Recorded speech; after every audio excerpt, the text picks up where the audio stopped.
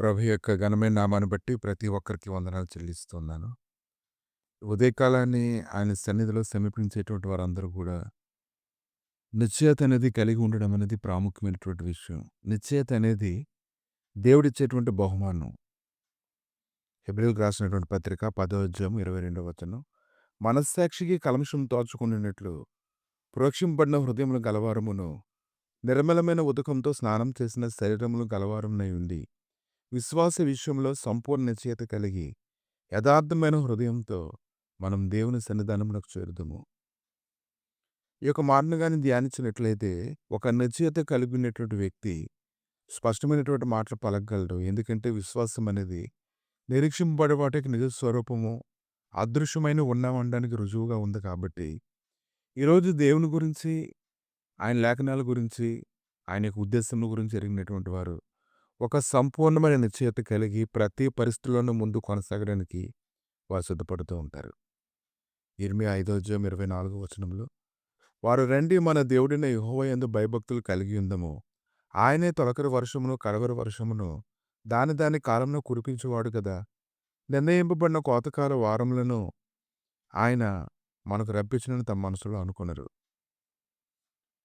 కనుక ఈరోజు నువ్వు చాలా సంగతులు తెలుసుకోగలగాలి.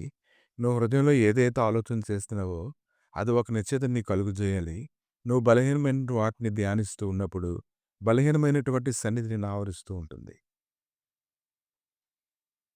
కనుక ఈరోజు దేవుని పక్షంగా ఆయన మాట్లాడక మునిపే అనేక విషయములను బట్టి మనం ధైర్యంగా విశ్వాసాన్ని ప్రకటించడం అనేది అదొక గొప్ప విషయం. ఏ కీడు మనకు సమీపించదని, ఏ పరిస్థితులైనా దేవుడు మనల్ని ఆదుకుంటాడని ఖచ్చితంగా ఆయన తప్పిస్తున్నటువంటి బలమైనటువంటి నమ్మిక హృదయంలో కలిగినప్పుడు ఎలాంటి పరిస్థితి నిబ్బరం కలిగినటువంటి వారుగా మనం ఉంటాం. కనుక మనం నశించడానికి వెనక్కి తీసేటువంటి వారంగా ఉండం గాని ఆత్మను రక్షించుకోవడానికి విశ్వాసం కలిగినటువంటి వారుగా మనం ఉంటాం. కీర్తన గ్రంథము 139వ అధ్యాయము 9, 10 వచనాలు చూసినప్పుడు నేను వేకువ రెక్కలు కట్టుకొని సముద్ర దిగంతములో నివసించినను అక్కడను నీ చేయి నన్ను నడిపించును, నువ్వు కుడి చేయి నన్ను పట్టుకొనును.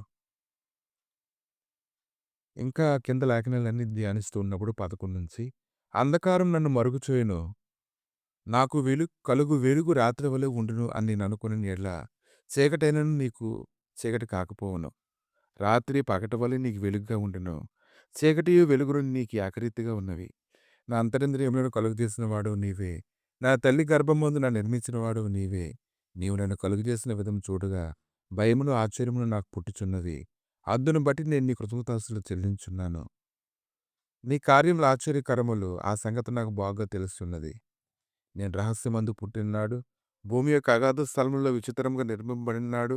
నా కలిగిన ఎముకలను నీకు మరుగై ఉండలేదు. నేను పిండమునై ఉండగా నీ కన్నులు నన్ను చూచెను. నియమింపబడిన దినములలో ఒకటైనా కాకమునుపే నా దినములన్నీ నీ గ్రంథంలో లిఖితములాయెను. దేవా, నీ తలంపులు నాకెంతో ప్రియమైనవి. వాటి మొత్తం ఎంత గొప్పది. వాటిని లెక్కించదని అనుకుంటున్నా అవి ఇసుక కంటేనూ లెక్కకు ఎక్కువై ఉన్నవి. నేను మేలుకొంటున్నా ఇంకనూ నీ యొద్దనే ఉందును. భక్తుడికి ఇటువంటి నమ్మిక కలగడం అనేది అది చాలా గొప్ప విషయంగా ఉంది. అతను దైవసన్నిధిలో ఎంతగా నలబడినవాడుగా ఉన్నాడు. ఒక విషయాన్ని నేర్చుకోవాలంటే, దాన్ని ధ్యానించాలంటే అది సామాన్యమైన విషయం కాదు. దేవుడి యొక్క లేఖనాలు హృదయంలోనికి తెచ్చుకొని దాన్ని దివారాత్రులు ధ్యానించేవాడు మాత్రమే ఆయన పక్షంగా పలకగలరు. అటువంటి వారు మాత్రమే సంపూర్ణమైన నిశ్చయత కలిగినటువంటి వారే ప్రతి విషయంలో ధైర్యంగా ఉండగలరు. కనుక నువ్వు లేఖనాలు ధ్యానించు. లేఖనాలు ధ్యానిస్తూ ఉన్నప్పుడు ప్రభువు ప్రత్యేకంగా నీకు అనేక విషయాల్లో నడిపింపును అనుగ్రహిస్తూ ఉంటారు. దాని ద్వారా నీ హృదయంలో గొప్ప సంతోషం పుడుతుంది. అన్ని వేళల్లో నువ్వు ఫలించేటువంటి వ్యక్తిగా నువ్వు ఉంటావు. ప్రభువా, ఈ ఉదయకాలాన్ని ఒక నిశ్చయత ప్రతి హృదయంలో కలుగజేయండి నాయన. రక్తస్రావం కలిగిన స్త్రీకి ప్రభువు ఒక నిశ్చయత వచ్చినప్పుడు ఆయన వస్త్రాలు ముట్టుకుంటే చాలు నేను బాగుపడతాననేటువంటి గొప్ప నమ్మిక కలిగినప్పుడు దాన్ని ఎలాగైతే ప్రభువా నాయన నువ్వు బాగు చేశావో, ఆ రోగం నుంచి ఆమెకు ఎలాగైతే నాయన విడుదలనిచ్చావు ప్రభువా, అలాగే తండ్రి నేను ఒక నిశ్చయత కలిగి నీ సన్నిధిలో అనేక సంగతులు ఎరిగినటువంటి వారు ఖచ్చితంగా నీ ఉద్దేశంలో ఎరిగి వారు ముందు కొనసాగడానికి వారు కృప దయచేయమని ఈ దినమున ప్రభువా బలహీనమైనటువంటి సన్నిధి కలిగినటువంటి వారందరినీ విడిపించి నీ బలముతో నీ ప్రేరేపించి మీరే మహిమగంత ప్రభావాలు పొందమని యేసుక్రీస్తు నామములో అడిగి వేడుకుంటున్నాము తండ్రి. ఆమెన్.